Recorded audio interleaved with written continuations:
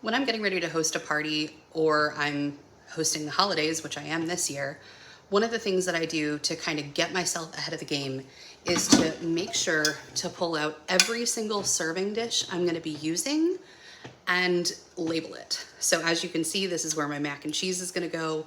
I also will go ahead and lay out the buffet table. So we are a buffet table family. I don't want to serve you a plate. I don't want to have to pass macaroni and cheese and hot dishes back and forth while I'm trying to eat. I personally love to have just the food off to the side, go get more if you want.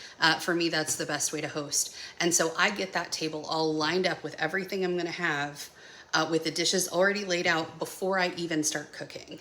That makes sure that I have all the dishes that I need, everything is clean and ready to go, and I don't forget anything that way. I cannot tell you how many times I have cooked an entire dish for a dinner party, an event, a something or another, and I left it in the fridge or in the oven or something stupid. So this way you make sure you've got room for everything and you make sure everything you put your love and attention into making gets on that table.